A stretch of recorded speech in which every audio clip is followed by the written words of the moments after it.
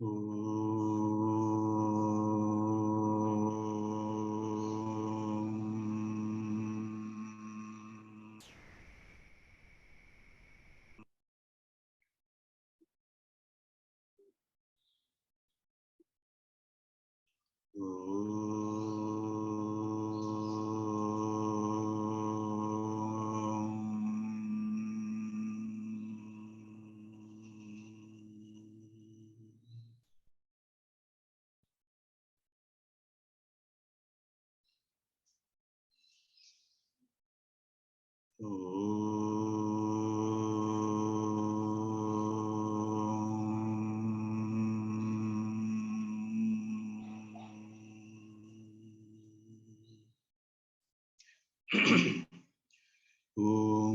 Sahana Vavatu Sahano Bhunaktu Sahavidyam Karavavahai Tejasvinavadhitamastu Ma Vidvishavahai. Om Shanti Shanti Shanti. Vakratunda Mahakaya Suryakoti Samaprabha Nirvignam Kurume Deva Sarvakaryeshu Sarvada. Saraswati Namastubhyam Varade Kamarupinim Vidyarambham Karishyami Siddhir Bhavatu Me Sada. Samasta Jana Kalyane Niradam Karunamayam Namami Chinmayam Devam Sadgurum Brahma Vidvaram.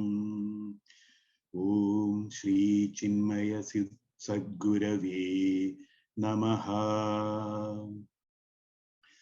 Om Guru Brahma Guru Vishnu Guru Devo Maheshwara Guru Sakshat Param Brahma Tasmai Shri Gurave Namaha.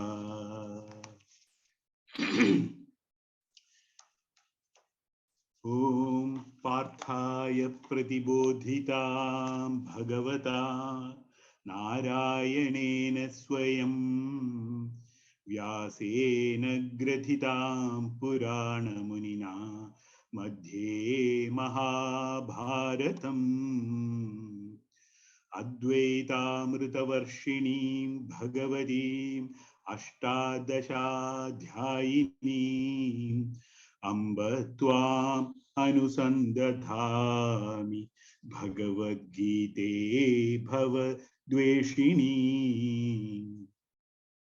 Namostude Vyasa Vishala Buddhe Fullara Vindayata Patra Netra Yena Tvaya Bharata Taila Purna Prajwalito Jnanamaya Pradipaha Prapanna Parijataya Totra Vaitreka Panaye Jnana Mudraya Krishnaya Gita Mritaduhe Namaha. Sarvopanishado Gavo Dogdha Gopala Nandana Partho Varsa Sudhir Bhokta Dugdham Gitamritam Mahat. Vasudeva Sutam Devam Kamsa Chanuramardanam Devaki Paramanandam Krishnam Vande Jagat Gurum. Bhishma Drona Tata Jayadratha Jala Gandhara Nilopala Shalyagrahavati Kripena Vahini Karnena Velakula Ashwathama Vikarna Khora Makara Duryodhana Vartini Sotirna Khalu Pandavai Rananadi Kaivartaka Keshava Parasharya Vajasarojamamalam गीतार्थगन्धोत्कडं नानाख्यानककेसरं हरिकथा सम्बोधनाबोधितम् लोके सज्जनषट्पदैरहरः पेपीयमानं मुदा भूयात् भारतपङ्कजं कलिमलप्रध्वंसिन श्रेयसे मूकं करोति वाचालं पङ्गुं लङ्घयते गिरिं यत्कृपातमहं वन्दे परमानन्दमाधवम् यं ब्रह्मा वरुणेन्द्ररुद्रमरुतः स्तुन्वन्ति दिव्यैस्तवै वेदैः साङ्गपदक्रमोपनिषदैर्गायन्ति यं सामगा ध्यानावस्थिततद्गतेन मनसा पश्यन्ति यं योगिनो यस्यान्तं न विदुःसुरासुरगणा देवाय तस्मै नमः देवाय तस्मै नमः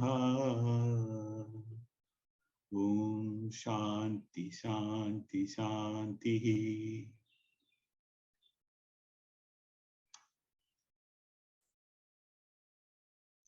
पूर्णा जी। Hari Om Swamiji. Yet again, we are eagerly awaiting to hear all your thought-provoking explanations to our queries. We have recently completed chapter 13 as well as Atma Bodha. And so today all our questions are based on that. We begin with the questions from the Bhagavad Gita. The first question is from Venuji. He asks, Gurudev has stated in his introduction to chapter 13 of Bhagavad Gita that this is a continuation of discussion from the 7th and 8th chapter. Gurudev has used the expression theme parentage. This continuity, can it be kindly explained? Hari Om. Audio is clear? Okay.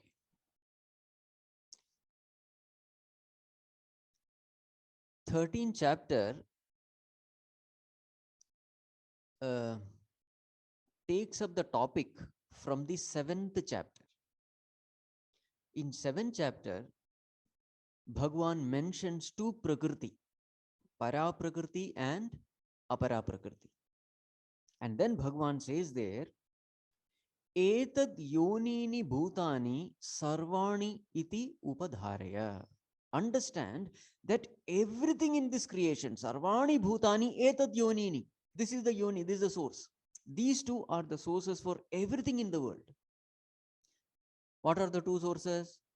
Para prakriti, apara prakriti. Now, after mentioning this, Bhagwan takes up other topics and proceeds. This topic is not explained in detail. What is this apara prakriti? What is apara prakriti? In detail, explanation is not given. So therefore, 13th chapter takes up this topic. So para prakriti is called as kshetrajna. Apara prakriti is called as kshetra. Or purusha and prakriti. They are the same thing. So, in detail, the explanation begins in the 13th chapter. Etat, what is that? Kshetram, yatcha, yadrukcha, yadvikari, yatascha yat, sachayo yat prabhavascha, tat samase rame sruno, Bhagavan says. What is that kshetra? What is his nature? What are its different modifications? What are its different evolutions? You listen to me. And then the explanation goes. So what is kshetra? In detail, explanation is given. What is kshetrajna? In detail, explanation is given. So the entire chapter of 13 is based on these two topics. One is para prakriti, apara prakriti.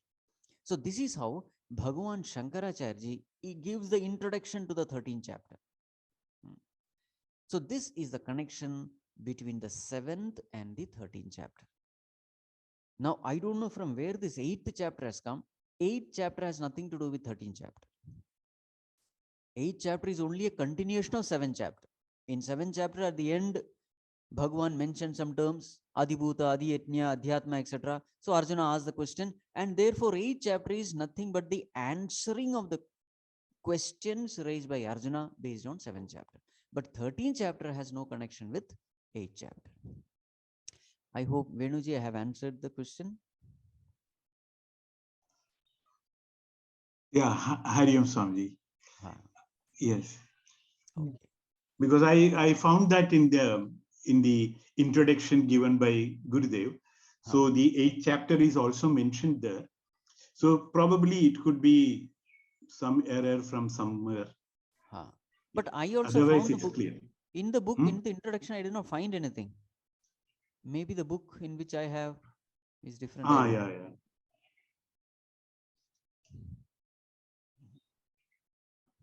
Yeah, because probably I'm using an old version or something. Guruji.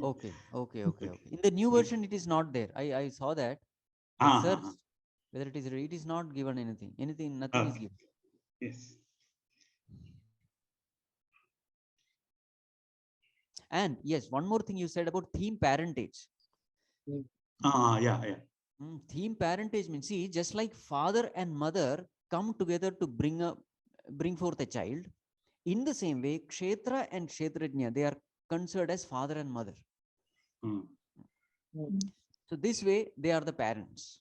Kshetrajna is considered to be the father, and Kshetra is considered to be the mother. Purusha is the father, Prakriti is the mother. So this way, Purusha, Prakriti come together, and all the beings are born. Sentient and insentient. So this is why that term is called parentage. Which is clearly mentioned in the 14th chapter also. 14th chapter very clearly Bhagavan says in the beginning itself. That you will see when you are studying 14th chapter. Okay. Right. Hari Om Swamiji. Hari Om, Hari Om. Swamiji, the next question is also from Venuji, and he asks, is there any difference in any context between Kshetrajna, Kshetri, and Purusha? So here we have to understand Purusha equal to Paraprakriti, equal to Kshetrajna, equal to Kshetri. They are all one and the same. That is why the name of the chapter is Kshetra Kshetrajna Vibhaga Yoga. Remember, Arjuna's question had 3 sets. Kshetra Kshetrajna, Purusha Prakriti, Jnanam Neyam. But everything has been summarized into Kshetra and Kshetrajna. So it means Kshetrajna itself is the Purusha, and this Purusha itself is a Neya Vastu. So here that Neya also is nothing but Neyam Yattat Pravakshami. Yatnyatu Amrutam Asnute. Bhagavan says, I will tell you now Neyam. And then Bhagavan goes on to explain what is nothing but Kshetrajna or Purusha. So therefore we understand this Neya equal to Purusha, equal to Kshetrajna, equal to Kshetri, equal to Paraprakriti. They are synonymous. There are only 2 things. One is consciousness, the other is matter. Only 2 things. This consciousness is some kind of drashta, that's another term used. Chaitanya is another term used. Sometimes it is called as what you call it? So the only 2 things. One is consciousness, the other is matter. Chaitanya Jada, Brahman Maya, Purusha Prakriti, Kshetra Kshetrajna. So these are all the pairs. Yes. Swamiji, the next question is from Sandeep ji. And he says, the nature of Atma is Nirguna, Akarta, Abhokta, etc. Then, how can Atma be called Kshetrajna or knower of the field if the Atma is not knowing anything at all? See, when we define a particular term, the definition can be from 2 standpoints. One is from the standpoint of transactional reality, vyavaharika satta. The other is definition from the standpoint of absolute reality, paramarthika satta. Definitions are from two standpoints. Standpoint of transactional reality means that which is appearing. In transaction, what do you experience? Based on our experience in transaction, there is a definition. The other is from the absolute standpoint, what it is. It has nothing to do with experience. It has only to do with what is that absolute reality. So now, we are all the beginners of spirituality. So what is our experience in the transactional world? Our experience is the world is absolutely real. Why? Because we are experiencing the world. We are seeing it, we are hearing it. So since we are experiencing it, since we are able to transact with the world, and therefore the world is absolutely real for us, so we are the Shishya category. So now when the Shishya asks the Guru, now remember, Guru is at a very high level. He is at the absolute reality level. But we are at the transactional reality level. So now the Shishya is asking, oh Guru, what is the nature of reality? What is truth? What is this God? What is this Atma?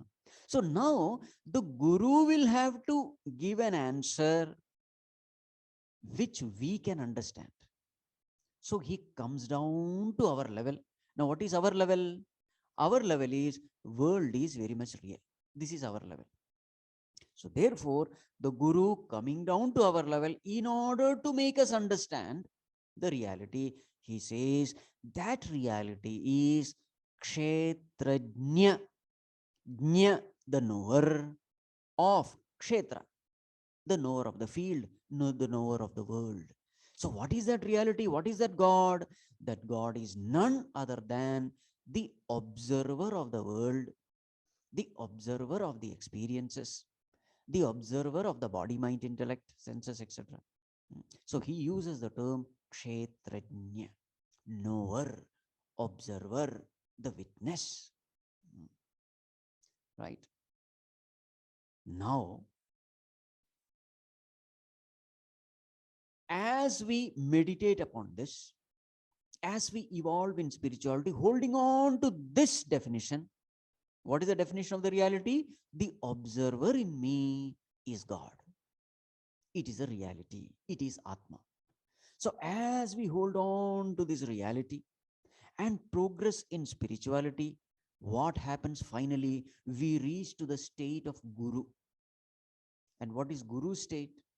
The Guru state is, see, the final state is world is unreal. The observing consciousness, the witnessing consciousness alone is real. This is the final state. Brahma Satyam Jagad Mithya. Now tell me, when I say hearer, naturally, what is the next question? What are you hearing? Isn't it? Seer. What is the next question you'll ask? What are you seeing? Right? Eater. What are you eating? Because the name comes because you're doing something. So naturally a question will come, knower. So the question will be, what are you knowing? Now, from the absolute standpoint, consciousness alone is, no doubt its nature is knowing. Now the question is, what is it knowing? From the absolute standpoint, world is not there. So can you say consciousness is the knower of the world? You cannot say, because world is not there. From the standpoint of consciousness, from the standpoint of Atma, which standpoint? Absolute standpoint. From the absolute standpoint, there is nothing to know.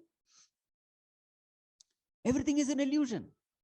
So therefore, this designation that we give to consciousness, that is a knower, Kshetrajna, this designation has no meaning. Why? Kshetrajna is impossible because Kshetra itself is not there. So that consciousness loses the designation of Kshetrajna. that it is a knower of a field, because field itself is not there. So from the absolute standpoint, we say consciousness doesn't know anything at all. Why? Because there is nothing to know. When you are not eating anything, how can you be called eater? When you are not seeing anything, how can you be called seer? See? So therefore, from the absolute standpoint, we say consciousness doesn't know anything. Not because it is not capable of knowing. Knowing is its nature. Chit is its nature. So knowing is its nature. So consciousness is called, it is not a knower, not because it is not capable of knowing, but because there is nothing to know. So from absolute standpoint, we say consciousness doesn't know anything.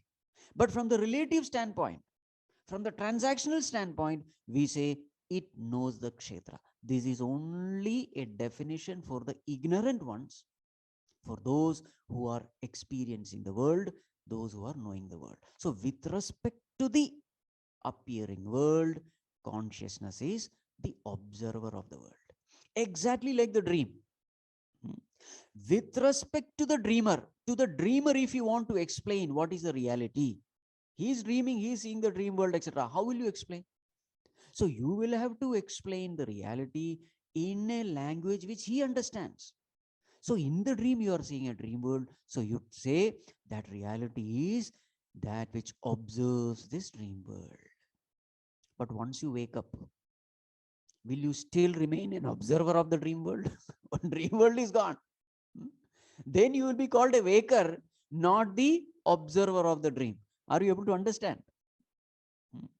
When the dream world is gone, your designation will be different. Your designation will be waker. But in the dream, if the dream guru has to explain to the dream shishya what the reality is, he will have to explain in terms of dream experiences. Sandeep ji, did I clarify? Yes, Swamiji, very clear. Okay, fine.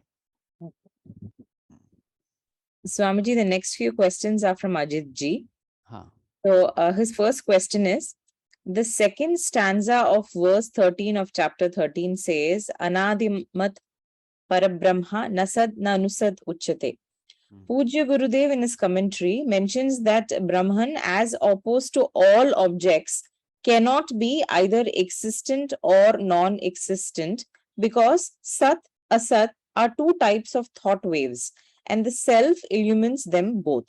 Also, Pujya Gurudev has quoted Bhagwan Shankaracharya as Brahman cannot be existent as it belongs to no genus nor possesses any qualities, but at the same time, it shows itself to be not asat by manifesting itself through living bodies. Swamiji, can you please enlighten us on the above? Okay. Anadimat param brahma na sat na asat iti uchyate. This is how that kshetrajna Brahman is defined. It is neither sat nor is it asat. Sat means existence, asat means non-existence. Now see, let me give an example. You are seeing a movie. Let us see, the movie is all about Ramayana. So the Ramayana story is enacted in 3 hours. You are seeing it. There is a time when Ravana was there. He kidnapped Sita, etc., etc. And finally, Ravana is killed. So what has happened to Ravana? At a time, he was Sat, existing. Later on, he became Asat, non-existent. Yes or no? So Ravana's journey is from Sat to Asat. What about Lavakusha's journey, let us say? Earlier, they were Asat, they never existed. But later on, Lavakusha were born. They are in the Valmiki ashram. They became Sat. Now, have you understood Sat and Asat? In the movie, they were existing, then they became non-existent, whatever. So if I ask you this question, in the beginning, Ravana is Sat or Asat, what will you say? In the beginning, Ravana is Sat. What is the proof? The proof is you will say a story. See, that Ravana is existing. That is why he could kidnap Sita Mata. You can tell in the story. See, in such and such places he is existing, therefore he is Sat. After his death, he is no more there, therefore he is Asat. Correct? So what is the proof of Sat? You have to, in the story, you will have to say what is his role. That is how you prove whether it is Sat or Asat. Yes? Yes. Now, suppose I ask you this question. The whole movie is seen on the screen. Now, is the screen Sat or Asat? What will be your answer? Can you say it is Sat? Because if you have to say Sat, you will have to tell the role of that screen in the movie. In the story of the movie, remember. In the story, you will have to tell the role. Are you able to, you see? Yeah. In the story, just like Ravana. You know, how will you say Ravana is Sat? See, Ravana was there. He did this and this thing. Ravana's role is there in the movie. So there is something called illusory reality, illusory existence, and there is something called illusory non-existence, right? So if you say whether the screen exists or not, you cannot say it is Sat, because you cannot point out in the storyline, you cannot point out the screen. Because neither Rama nor Sita Mata is handling screen there. Isn't it? There is no mention of the screen in the storyline. Now, can you say it is Asat? It doesn't exist at all. Can you say screen is Asat? You can't tell that also, because without screen, no movie can be played. So what answer will you give? Anadimat param brahma na asat, na sat, na asat it is. You can neither call it Sat, nor can you call it Asat. Meaning what? Screen is that absolute existence because of which relative existence, or rather illusory existence and illusory non-existence exist. It is because of this real existence of the screen, because of which illusory Sat and illusory Asat exist. Right? The illusory Rama, the illusory Ravana, they are all illusory, illusory, illusory. What is real? Real is only the screen. So in the same way, when it is said Brahman is neither Sat nor Asat, what does it mean? Brahman is that absolute Sat, because of which relative Sat and Asat of the world exists. Right? Again, another example. Vakar is that absolute Sat, because of which the dream Sat and Asat, in the dream also there are so many things happening. They also appear to exist. Remember, they are all appearances of existence and non-existence. In the dream also existence is there, non-existence, but they are all illusory existence and illusory non-existence. But there is an absolute existence because of which illusory existence exists, illusory non-existence also exists, isn't it? So in that sense, it is said. I hope it is clear. Hariam Swamiji, Pranam. Yeah, it's really clear. Okay. Thank you. Right. Swamiji, I'm sure going forward, this is one example that we will always come back to, because Okay. all your examples, they always stay with us. And now this is another beautiful example that I'm sure we will always remember. So thank you so much. Ajitji's next question. While transacting in this world of material and objects, there occurs certain instances when an inner voice suggests an alternative action or opposite action which seems to be morally correct. Now, on the face of it, though it seems to be the intellect using its Viveka Buddhi, still I'm tempted to ask whether is there a role of the consciousness inside us in guiding it, albeit we know its role is as a king or as a witness, and it's usually non-interfering. But still, we would like to know that is there a role for the consciousness in guiding us? So we would appreciate your pearls of wisdom on the above. Right. The question is this consciousness guiding us or not? See, from the absolute standpoint, again, two different standpoints. From the absolute standpoint, we have to say there is no guidance. It is a mere witness. In fact, to say witness also is wrong. Why? Because there is no world to witness. There is no jiva to witness.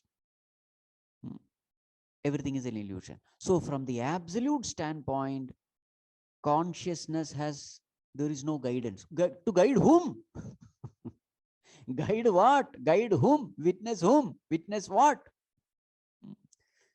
So that is the definition from the absolute standpoint. But the moment consciousness become the Ishvara, Brahman is consciousness. That Brahman with the Maya Upadhi becomes Ishvara. Remember, Brahman plus Maya equal to Ishvara.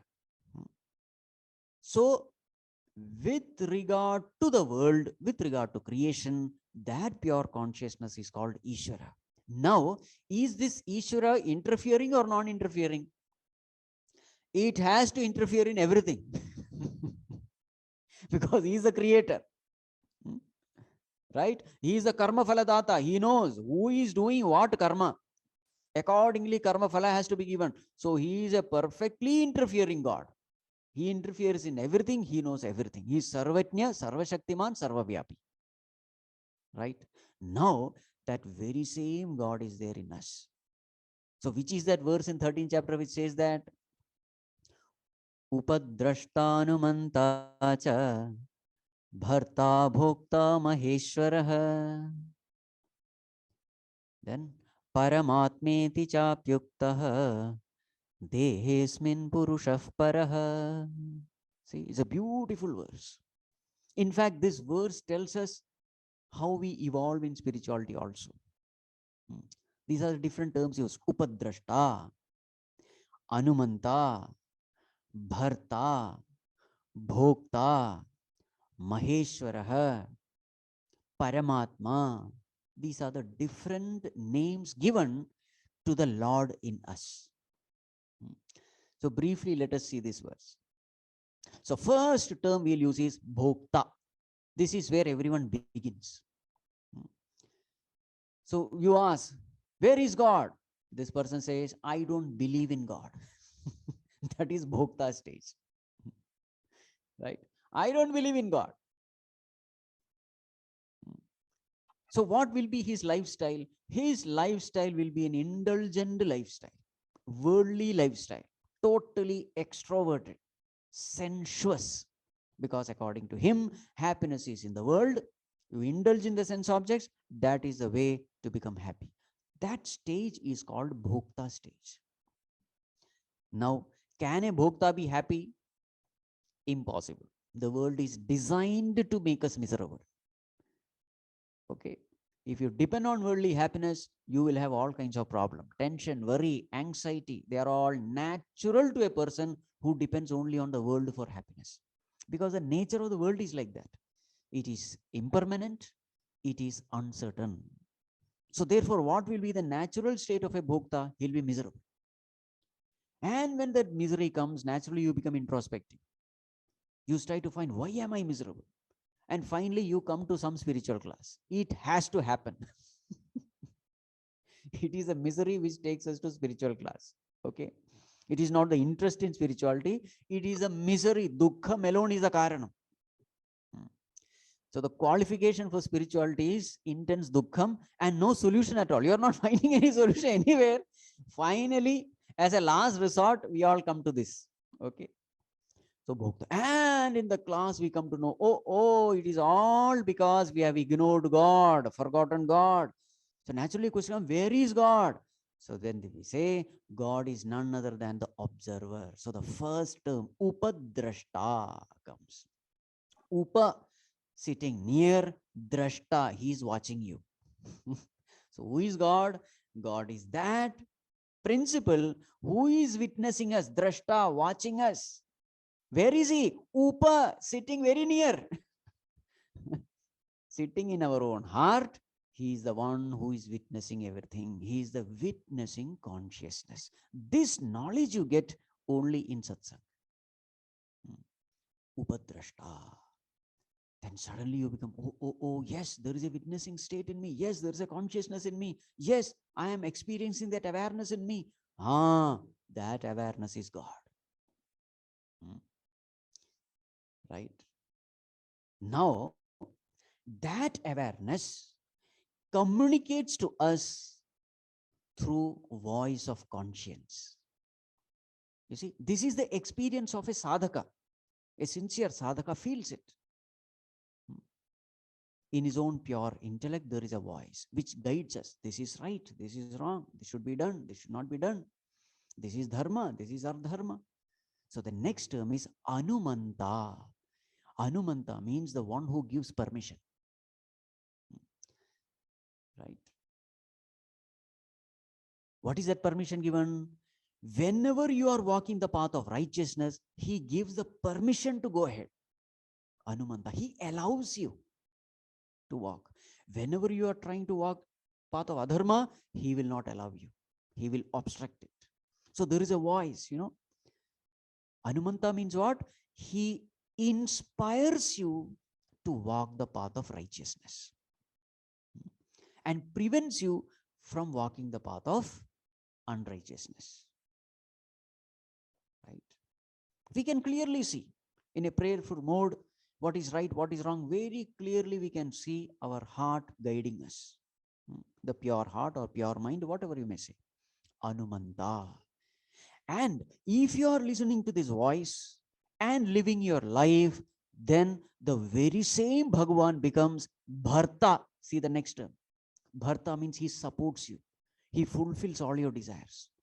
So those devotees who are walking the path of righteousness, of goodness, the path shown by God, listening to this voice of conscience, anyone who is walking this path, his desires will be fulfilled by God. All his desires are fulfilled. And then, when again and again such experiences come, not only in your life, but in everyone's life, slowly you get an idea that this Lord is Maheshwara. See the next term. Maheshwara. Mahaishwara, the one who is ruling everyone. So you come to know this consciousness is not just something which is inside this body. It is there in everyone.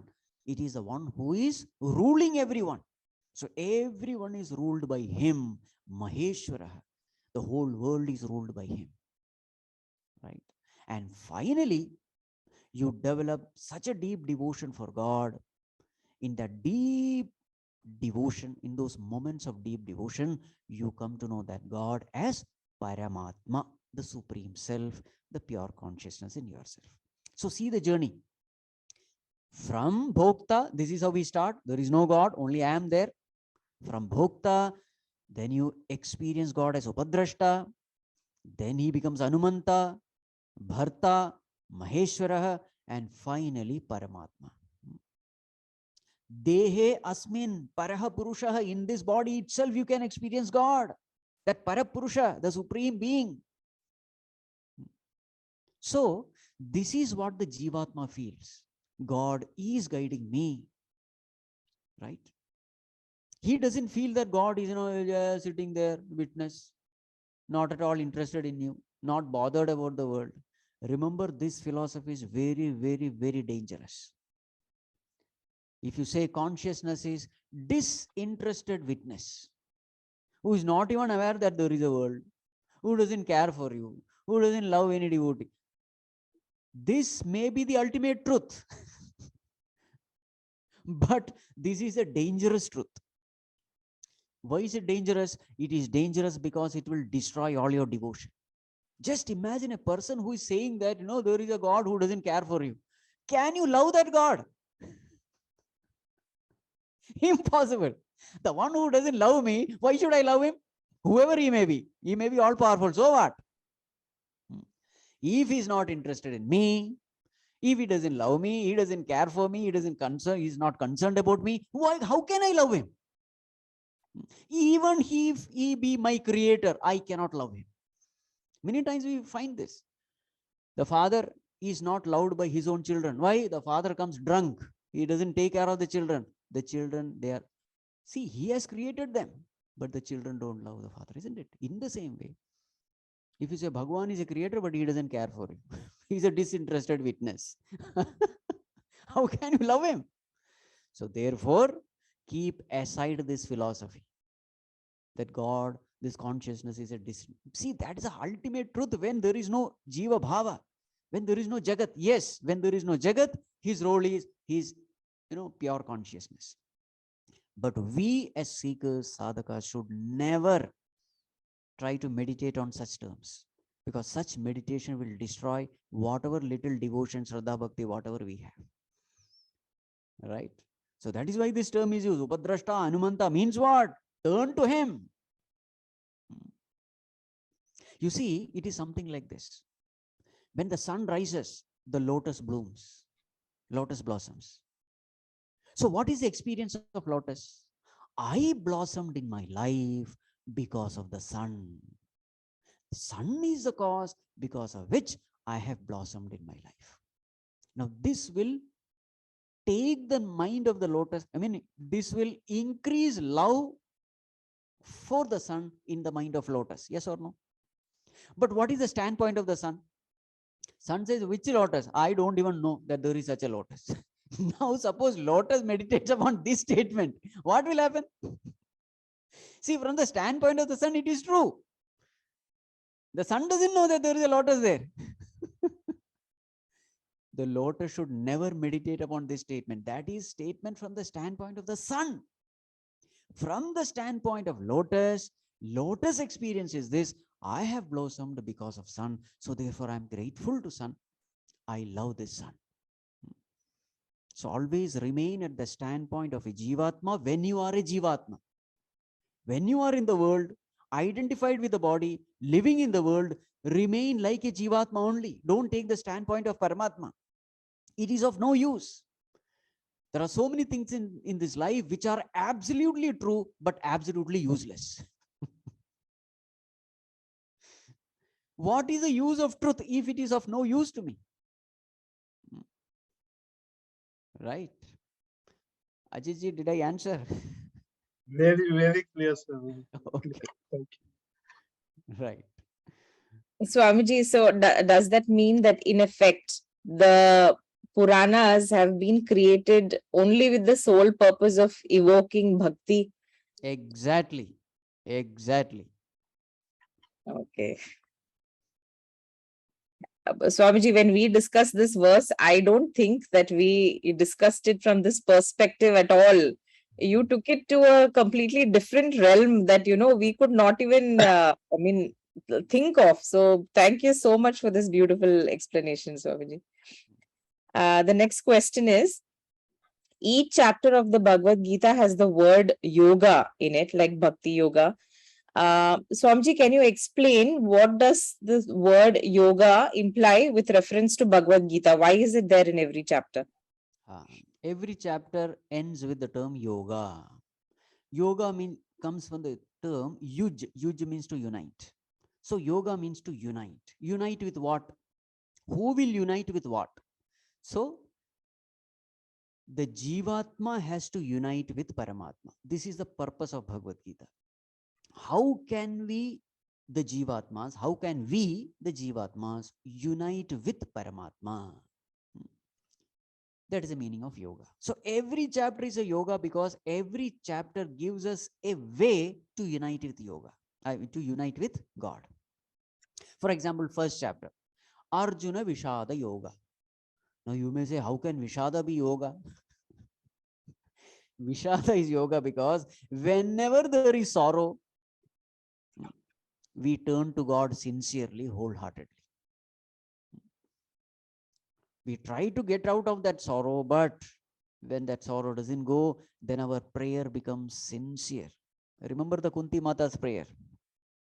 Vipadas santu nashashvat tatra tatra jagadguru bhavato darshanam yachyat apunar bhava darshanam. Bhagavan, let calamities come again and again. Only in calamities I remember you.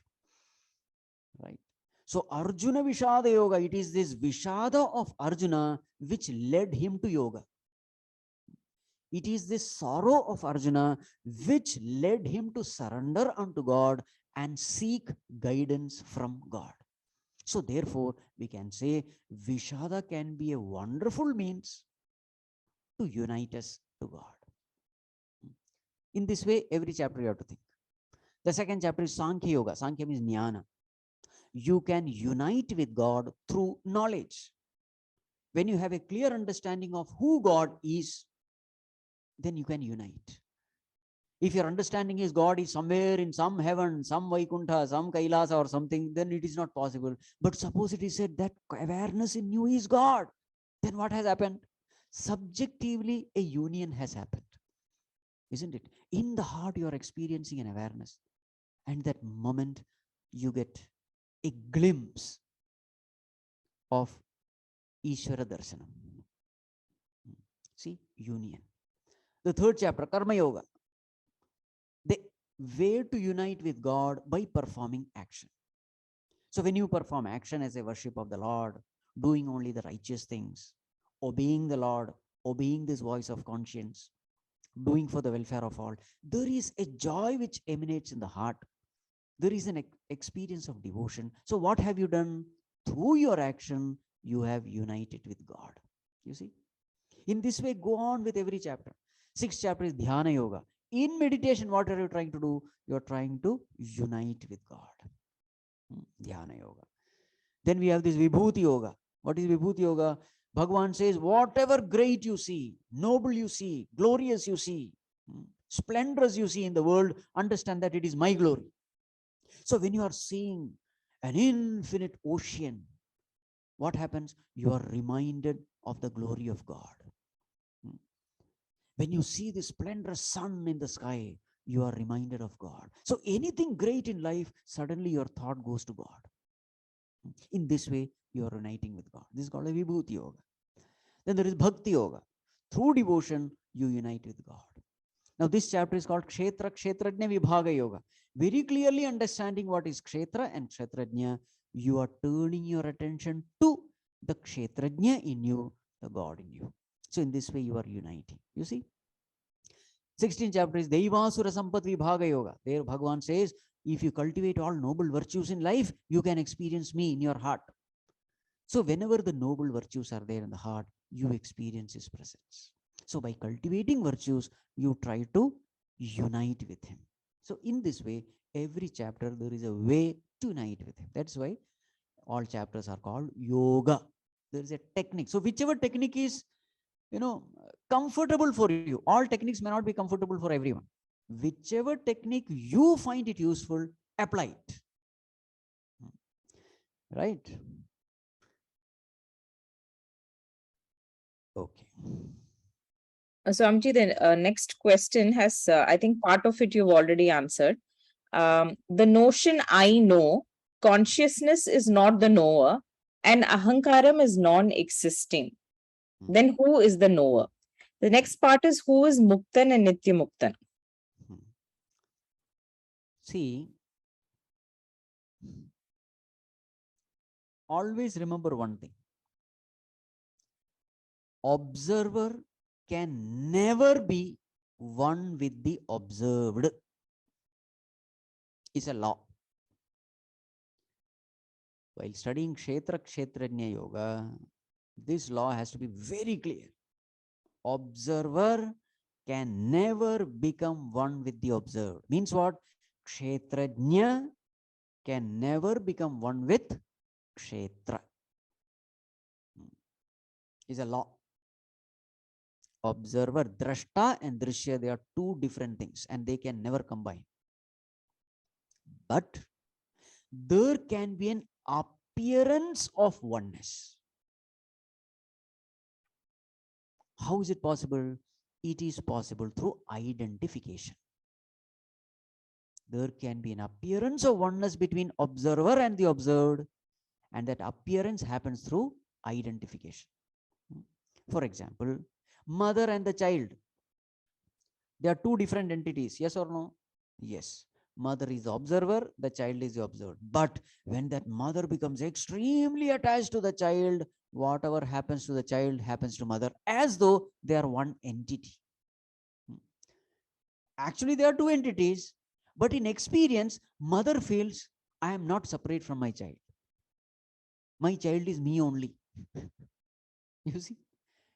How did it happen? It happened because of attachment. It happened because of identification. Right? Now, let us take an example. I am watching a distant star through the telescope. So, who is the Kshetrajna here? Kshetrajna means knower of Kshetra. What is Kshetra here? That star is the Kshetra, right? I am trying to know something about the star. So, star is the Kshetra. Who is the Kshetrajna? Myself plus the telescope. Remember, telescope is also a part of the observer. Got it? So, myself plus telescope equal to Kshetrajna. What is Kshetra? Star equal to Kshetra. Now, suppose I am watching the telescope. There is some problem with the telescope, and now I am adjusting the telescope. Now, what is the Kshetra? Telescope become the Kshetra. I am the Kshetrajna, the one who is trying to know. Now, I am watching the telescope. There is some problem with my eyes. Now, who is the Kshetra? I'm finding out, I'm setting my eyes straight, whatever. So, what is the object now? Eyes become the object, it becomes the Kshetra. And who is the Kshetrajna? Myself up to my mind is the Kshetrajna. Now, suppose I am watching my mind. Then, intellect becomes a Kshetrajna. Suppose I am watching my intellect. Then, intellect becomes the Kshetra. The ego which is watching up to ego is the Kshetrajna. But suppose I am witnessing my ego. Remember, ego is nothing but a thought. I notion is called ego. Notion about I. Suppose I am witnessing my ego. Then ego becomes Kshetra. And who is the Kshetrajna now? The consciousness is the Kshetrajna. Right? So every Kshetrajna you find that it can become a Kshetra. Now, can consciousness become Kshetra? Can you observe consciousness as an object? No. Here everything stops.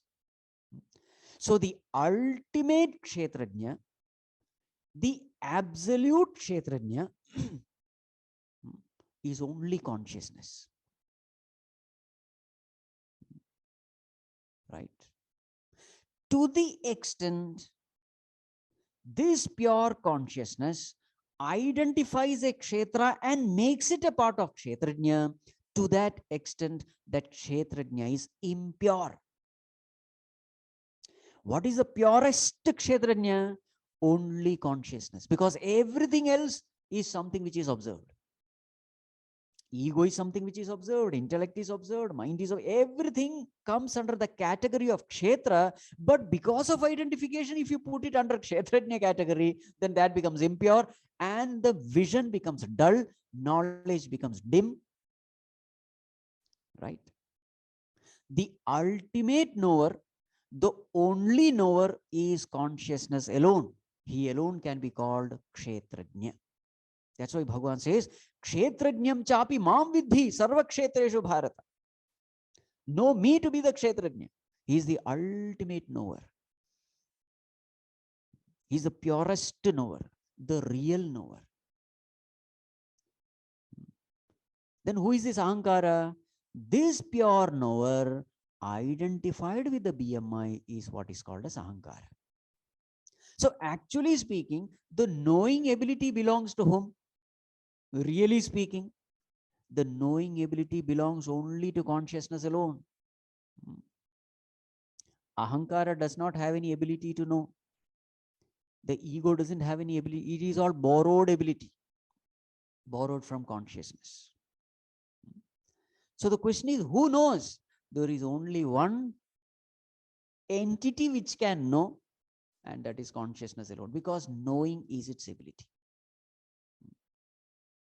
No, Swamiji, but Jivatma, I am also knowing. You are knowing by borrowing the property to know from consciousness.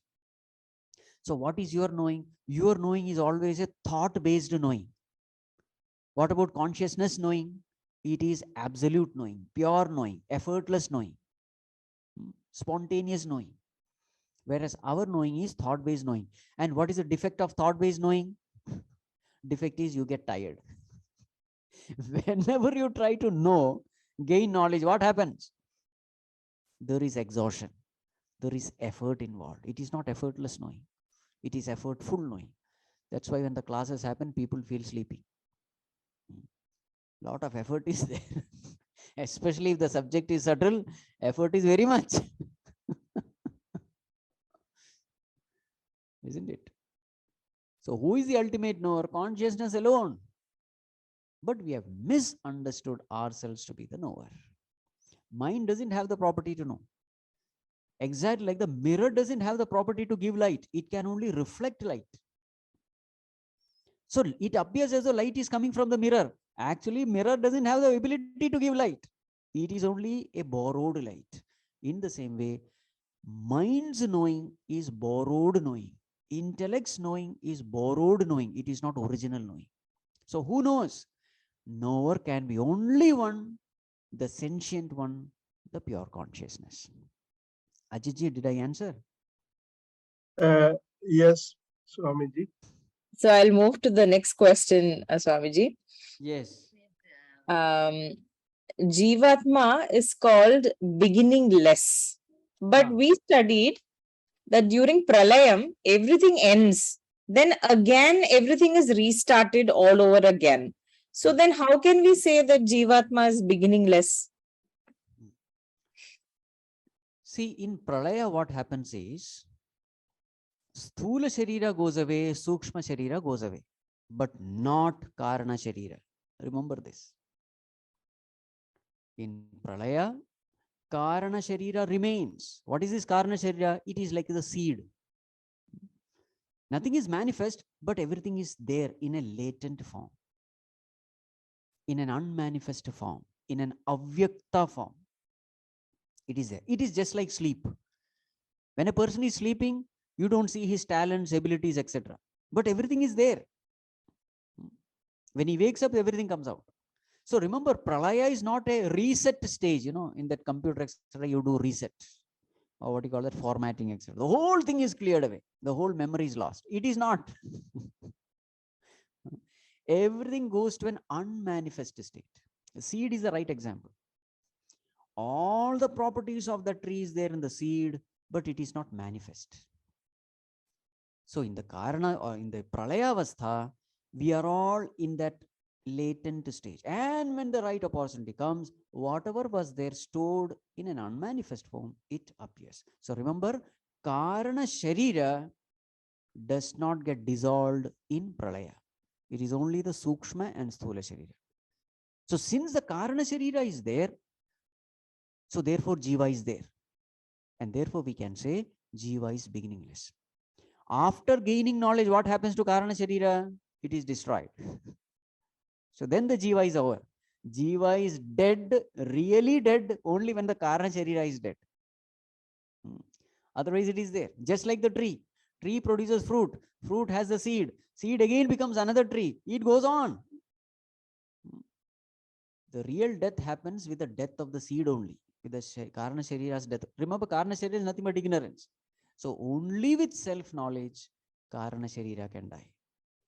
And only with the death of Karana Sharira, Jiva ends. Otherwise, we have to assume Jiva is beginningless. I hope I have answered.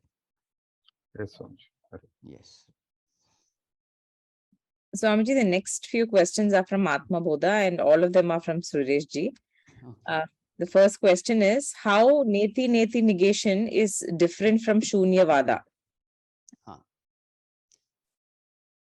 See, there's a famous statement, Ekam Sat Vipraha Bahudha Vadanti. You must have heard this.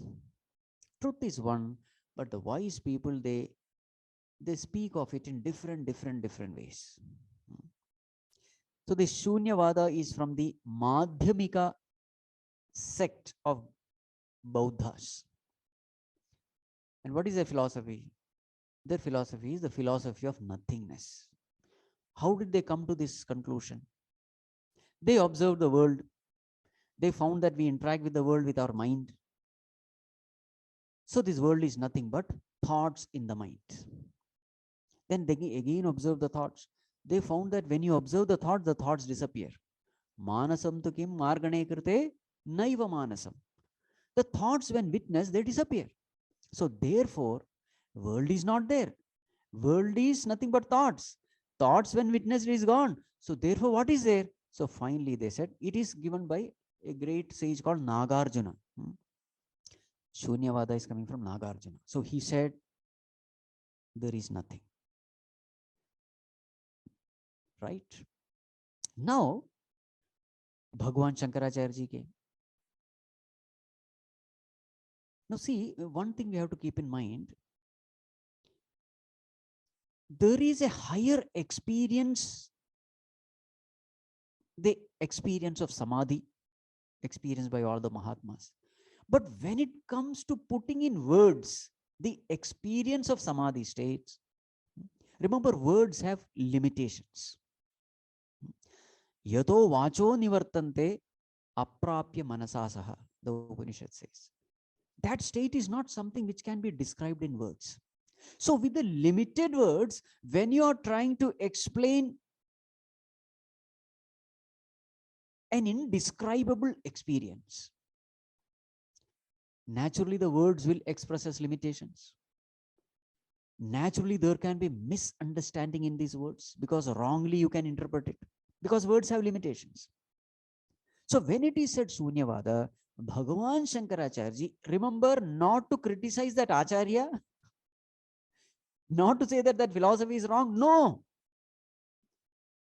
Because the law of this world is any sincere seeker of truth will know the truth, whichever the path he may follow. If you are a sincere seeker of truth, you will know it. So here Bhagavan Shankaracharya, when he criticizes Shunyavada, etc., please understand it is not the criticism of the Acharya. In fact, Bhagavan Shankaracharya had tremendous respect and reverence for these Shunyavadis. Because they have reached the truth. So when such criticisms are seen, please understand it is only correcting our possibility of misunderstanding because of the limited words used. Because very many followers, they misunderstood the statement. They thought, okay, there is nothing, so nothingness is the reality. So then Bhagavan Shankaracharya corrected them. No. Nothingness cannot be reality, because even when you are experiencing nothing, there is somebody who is experiencing nothing. He is not a nothing. There is an entity, a real entity, an experiencing entity who is experiencing nothingness. So how can you say nothingness is a reality? No, nothingness is not the reality. The experiencer of nothingness is the reality. See? Right? So Bhagavan Shankaracharya is not criticizing the Acharya there. No, he is only making our understanding correct, because the words have limitations. So you will find that this neti also is nothing but the same thing. Na iti, whatever I am experiencing, I am not. Why? Because the law is the observed has to be different from the observer. Drishya has to be different from the drashta. So na iti, I am not this. Na iti. So the world, am I this? No, I am observing the world. No. Next one. So just like we had seen now. Am I the sense organs? No, I am observing it. Am I the mind? No. Am I the intellect? No. Am I the ego? No, because I can observe it. I can see it. It can be objectified. Neti. Finally, remember, the moment you witness, that is gone. Anything you witness, that thing disappears. So the moment you witness the ego disappears. Now what remains? There is one entity which you cannot negate. The negator cannot be negated. So what remains is only the negator. And who is the negator? The consciousness. So Shunyavada is as, both are same. Shunyavada is nothing but neti neti. Both of them come to this consciousness only. That is why you will find these Vaishnavas, they call Bhagavan Shankaracharya as Prachanna Bauddha. You might have heard this term. Prachanna Bauddha is none other than a Buddhist only in disguise. Why? Because the philosophy is the same. What is the philosophy? Brahma Satyam Jagat Mithya. The whole world is an illusion. The Vaishnavas, they don't like it. Such statements saying that the world is unreal, etc. This Buddha, what you call this Shankaracharya is none other than a Buddha only. It is true. Reality cannot be two different things. Reality has to be one only. There cannot be two different opinions for a reality. Sureshji, did I answer? Clear, Swami. Swami, the next question is also about reality, what is real and unreal, but from the practical experience point of view. How do we accept the world is unreal and at the same time interact with that world? See, if we experience the world to be real, let us not try to prove ourselves that world is unreal. If the world is experienced as real, there is a purpose for which the world has been created for us. Let us make use of the world for that purpose. Remember the pole vault example. In the beginning itself, if you say, anyway, I have to drop the pole, let me drop it in the beginning itself. You will not reach anywhere. So in the beginning itself, I say, I don't think the world is real because scriptures are saying world is real. Let me drop the world. First of all, you can't drop the world. And secondly, if you follow this philosophy, I told you this is a dangerous philosophy. Absolutely true, but absolutely dangerous and useless. Okay. So don't start from world is an illusion philosophy. Don't start from that. That is not the starting point. In fact, that is the end point. Right. Don't put the, cart before the horse. There is something which has to come first and there is something which has to come last. So where to start from? Keep aside this philosophy that world is an illusion. Then what should I do? I must know how to rightly interact with the world. That is Karma Yoga. When I rightly interact with the world, performing my duties righteously as a worship of the Lord, what happens? The mind becomes pure. A purified mind can be quietened. A quiet mind is a no mind. And when you experience no mind, you experience no world. This is how world is understood as illusion. So see the step. Purify the mind through the world. Remember the pole vault example. First step is climb the pole, not drop the pole. Climbing the pole means what? From tamas to rajas, from rajas to sattva. That is the final thing. And finally, when you have reached the end of the pole, meaning finally when the mind has become thoroughly sattvic, purified, then drop the pole.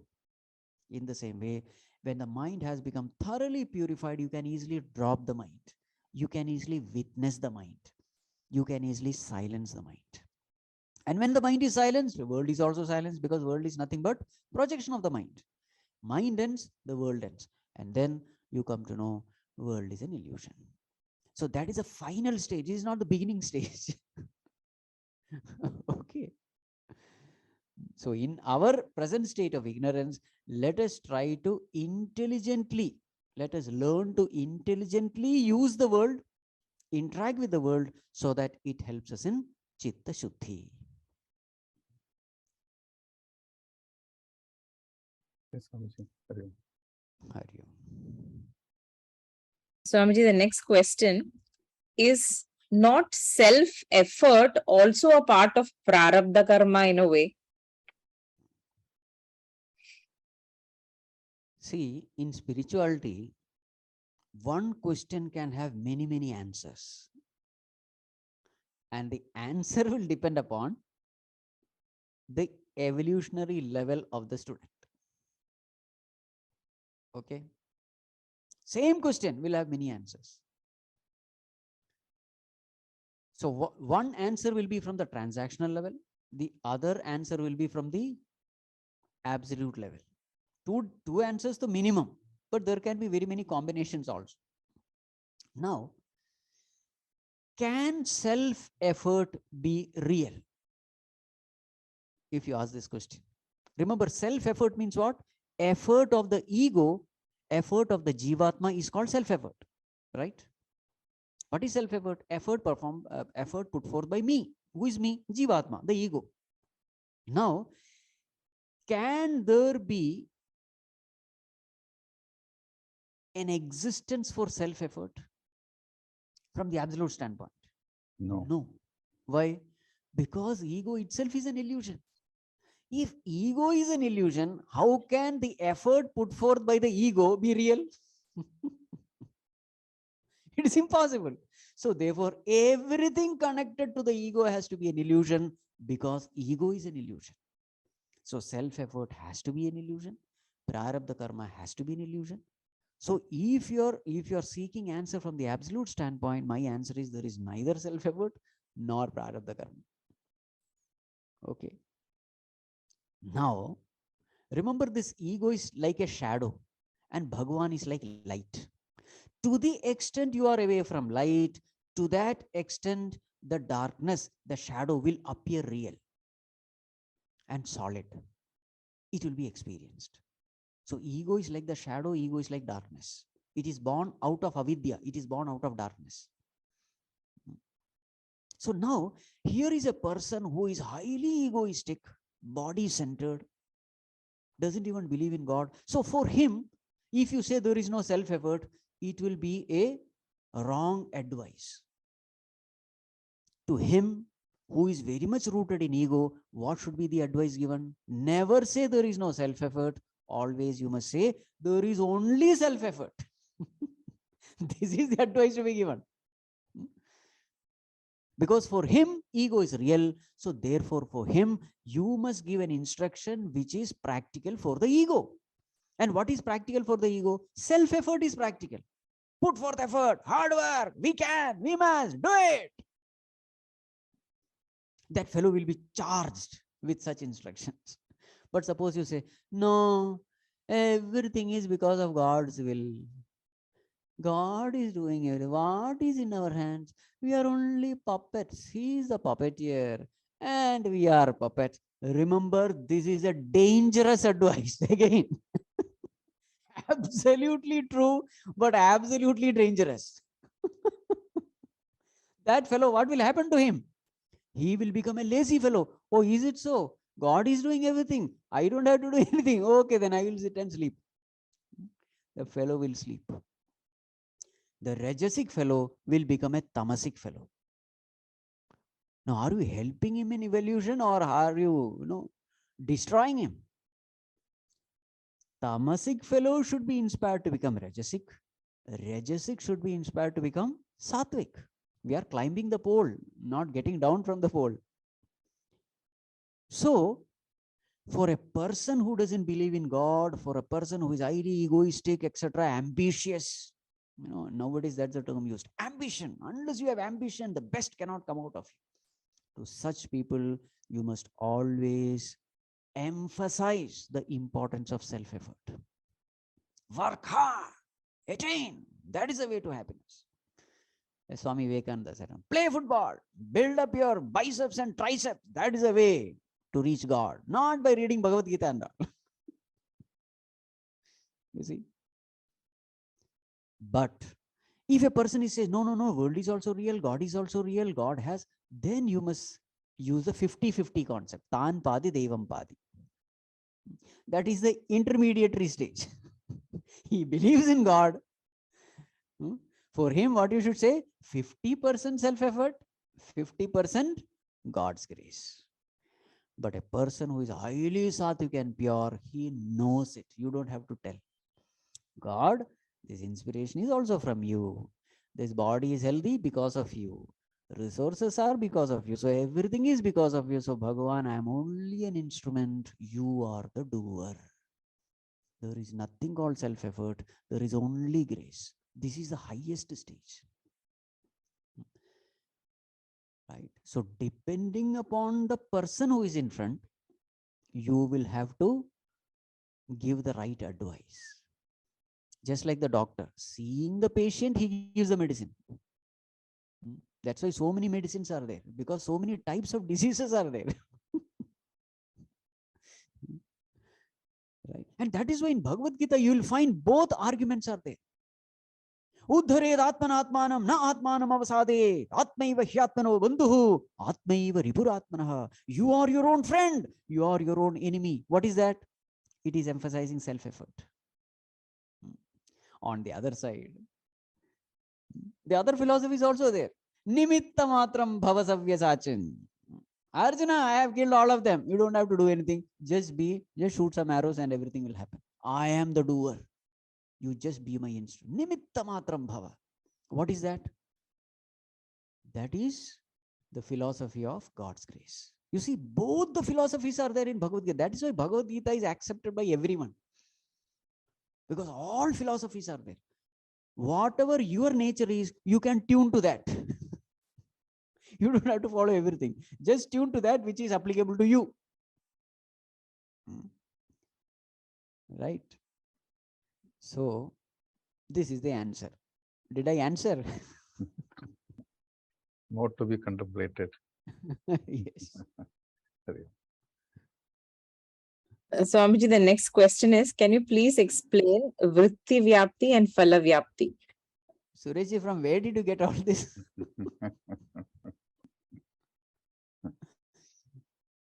Okay. Anyway, I will. What is your understanding? You must have tried something. Yes, Swamiji. What I understood is that, to understand any object outside, you need to, put your mind on that. But the knowing, the real knowing is coming from the consciousness.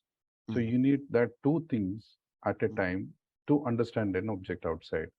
Correct. So that way, one is Vritti Vyapti and one is Phala Vyapti. That's what my understanding. Correct. See, a little more explanation. How do we experience an object? If this question is asked. So, say, let us say one flower is there in front of me. I see that flower, and that eyes are backed by the mind. Right? So, what does the mind do? It stores the image of that flower in the mind. What is the way in which it stores? It stores in the form of thoughts, vritti. Exactly like a digital camera stores a photo in the form of ones and zeros. Digital camera knows only two, 1 and 0, high volt, low volt. That's all. It doesn't know anything else. Right? So the external world is stored inside in a particular format. In the same way, the mind stores the external object in the form of thoughts. So you just stare at an object, say this flower, you just stare at it for 5 minutes and close your eyes. What do you find? You will find an image in the mind. What is that image made of? That image is made of thoughts. Right? Is called as vritti. So what did the mind do? Vyapti means to pervade. It pervades the thing with a thought and it stores in the form of thought. Right? So the world is in the form of thoughts. Vritti Vyapti. Now, the question is, what is this thought? Thought is nothing but modification in consciousness. Exactly like wave is nothing but modification in water. What is a wave?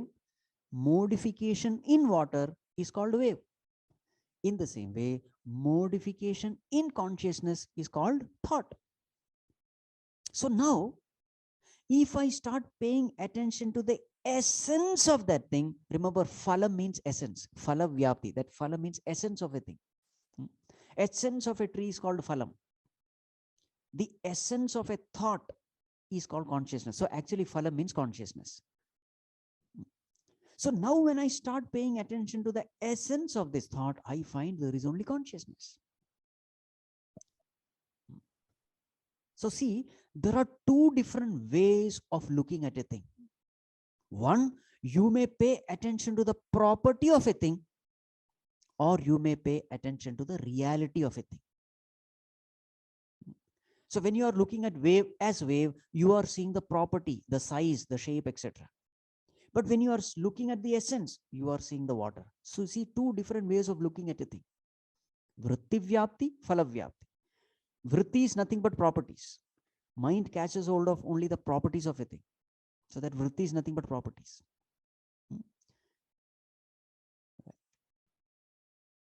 Exactly like a cloth. It is made of thread. So one is thread vyapti. What is thread vyapti? When your attention is upon the thread, that is thread vyapti. But what, that thread is made of cotton. But your attention is made of, it's upon cotton, then it is called cotton vyapti. You see? Your mind is pervaded with what? What is your understanding about that thing? So two ways of looking at a thing. One is you are just paying attention to the vritti. You are paying attention to the wave. Another is you are paying attention to the essence of that wave, which is water. Why this discussion is important? This discussion is important because if your attention is upon vritti, then you will be bound. If your attention is upon the nama rupa, then you will be bound. But if your attention is upon the essence of that thing, you will be liberated. If your attention is upon the reality, you will be liberated. You will attain peace, you will attain freedom. But if your attention is upon the illusion, what is wave? It is nothing but illusion. There is nothing called wave. Isn't it? If your attention is upon the illusion, you will be bound. That is called as Maya. That which is not there, but which appears. Vritti vyapti, phala vyapti. Pay attention to the reality and get liberated. Pay attention to the illusion, get caught in the illusion, and then get bound. That is why this discussion is important. Sureshji, did I answer? Yes, Swamiji. Yes. Swamiji, the last question is also about a vritti, Brahmakara vritti. What is Brahmakara vritti? What is this Brahmakara vritti? Vritti means thoughts. Akara means of the form of. Akara means form. Brahma means Brahman, consciousness. So the thought which is of the form of consciousness is called Brahmakara vritti.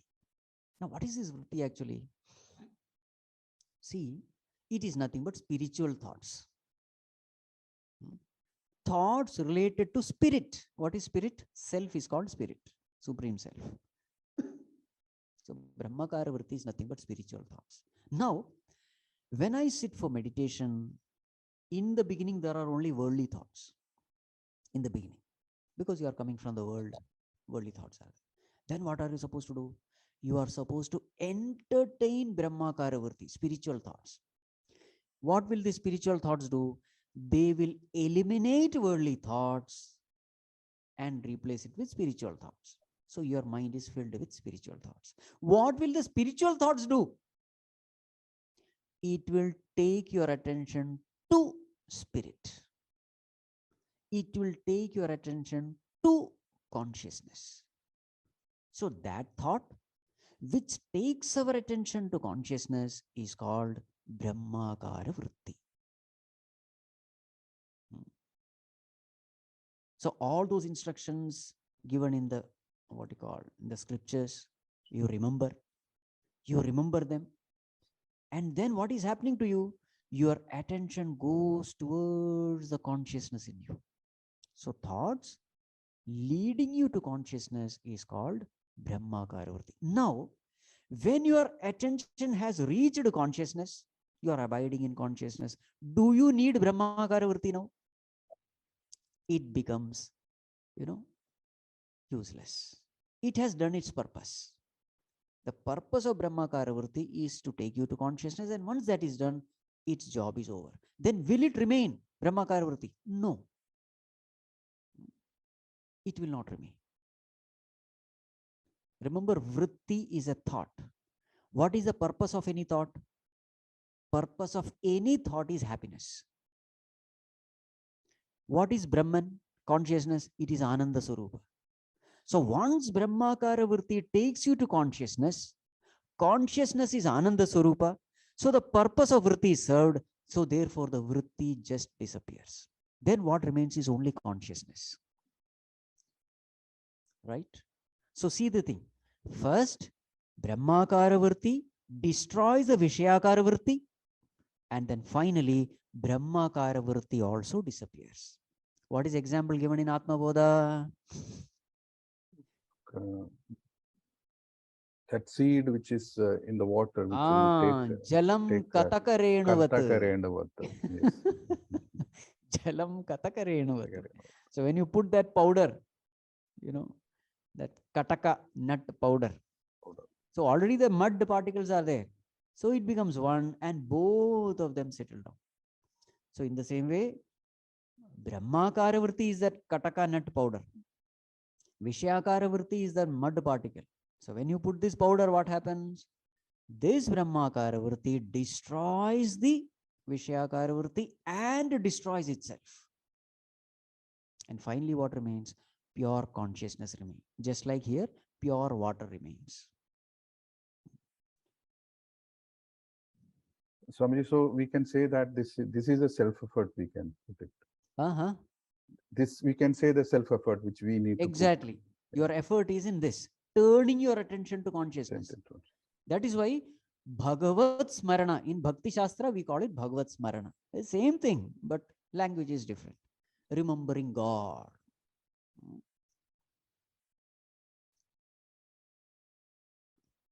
Yes, Swamiji, I think with this question, I think we have concluded exactly 30. I think, Swamiji, every time when we have this session, we have our status is changed from before the session and after the session. Definitely, we all feel that there is a elevation in our understanding and a complete revolution we can see in every session. So that is why we always wanted more and more such sessions to. We have studied all this, but when you're giving a different dimension to small details to that aspect, that will not only we understand more, but it remains with us with your beautiful examples. These two things are happening. So we continuously should have this kind of sessions. With this concluding, Hari Om.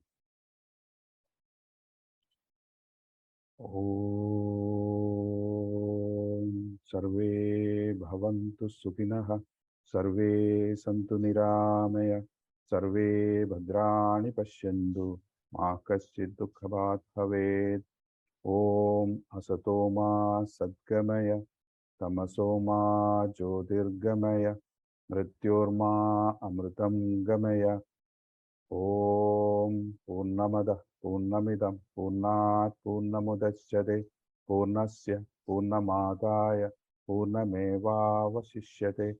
Om Shanti Shanti Shanti. Hari Om Shri Guru Bhyo Namah. Hari Om.